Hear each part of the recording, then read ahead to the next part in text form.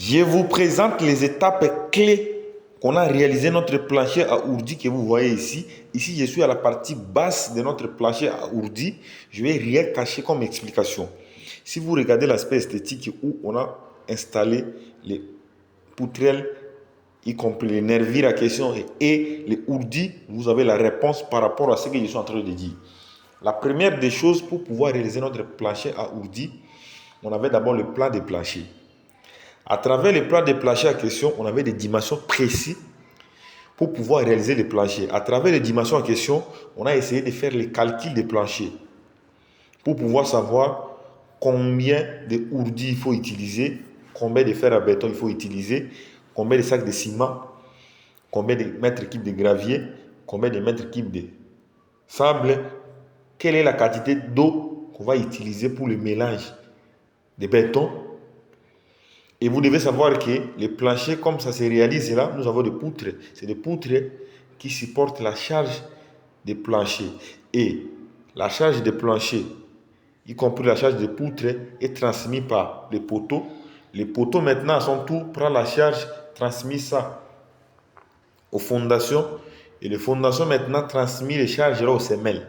Les semelles à son tour transmettent des charges au niveau des sols. Si le sol a été mal vérifié par l'étude géotechnique, vous ne pouvez pas avoir la réalisation concrète comme ça.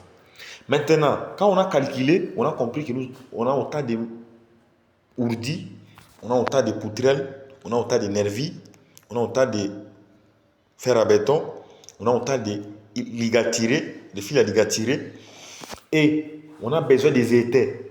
On aura besoin d'autant des étais, on aura besoin d'autant de bois de coffrage qui nous permettra qu'on puisse réaliser notre plancher.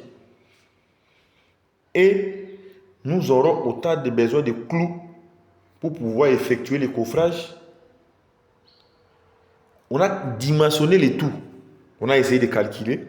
Maintenant, on a réussi le montant global pour pouvoir réaliser notre plancher à ourdi. Lorsqu'on a effectué les travaux de la réalisation de notre plancher à ourdi, on a commencé d'abord par l'implantation. Vous devez savoir que pour pouvoir effectuer les planchers à ourdi, il faut d'abord implanter.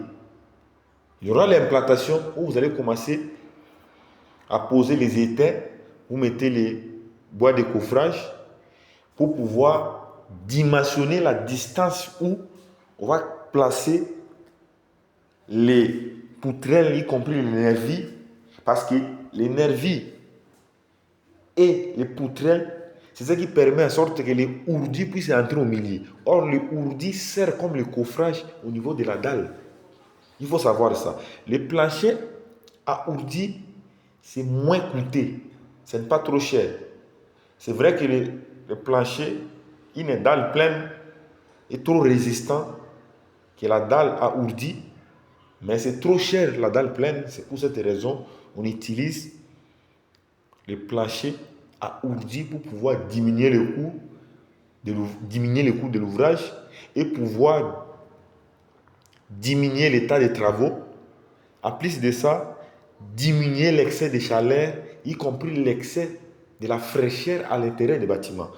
Ce sont des choses que les gens ne veulent pas vous dire. Mais moi là, je suis en train d'expliquer, j'ai essayé de vous expliquer une partie de la descente des charges pour pouvoir réaliser le plancher en question. Parce que si ce que je suis en train de vous expliquer, vous n'avez pas respecté ça, vous n'aurez pas un bon rendement. C'est la raison pour laquelle vous avez vu la façon dont on a installé nos ourdis et nos poutrelles. Il n'y a même pas un danger. Vous devez savoir que si vous installez très mal vos nervis là et les poutrelles, ça va occasionner en sorte que quand vous allez mettre les ourdis à l'intérieur de ça, à cas déclinaison, directement votre plancher va s'effondrer. Pourquoi? Parce que les ourdis servent comme le coffrage. C'est vrai que ça sert comme le coffrage, mais il est important de bien aligner ça. Pourquoi? Parce que supposons que quelqu'un est en train de dormir déjà à l'intérieur de la maison et les ourdis se cassent, ça tombe sur la personne. Il y aura la perte de vie. C'est la raison pour laquelle on vous dit, quand vous installez les ourdis, Il faut bien installer ça. Et si le ourdi a un problème, il y a des méthodologies qu'on peut les réparer. Et si vous regardez l'aspect esthétique, ici je suis justement au niveau de notre terrasse. Si vous voyez, vous allez comprendre qu'on a utilisé le professionnalisme pour pouvoir réaliser notre plancher à question. Et le plancher, quand vous regardez l'aspect esthétique, vous regardez l'alignement, voilà l'alignement, vous avez quand même compris de quoi je parle. Essayez de réaliser le plancher en respectant des normes pour supprimer des risques. Vous devez savoir que votre fondation a été bien réalisée. Les semelles en question, ça va supporter la charge. Et le sol, ça va supporter la charge du bâtiment entier. J'avais expliqué bien au début que la dalle transmet le poids des ourdis, des nervis, transmet des charges au niveau des poutres. Et les poutres en question transmet des charges au niveau des poteaux. Les poteaux en son tour transmettent des charges au niveau des fondations. Parce que la plupart des fondations actuellement, ce sont des fondations qu'on a réalisées avec le Longrine. Maintenant, lui, le poteau transmet la charge justement au-dessus de Longrine. Et le Longrine en question prend la charge des poteaux pour les transmettre au niveau des semelles. Et les semelles à son tour prendra les charges en question pour les transmettre au niveau des fondations.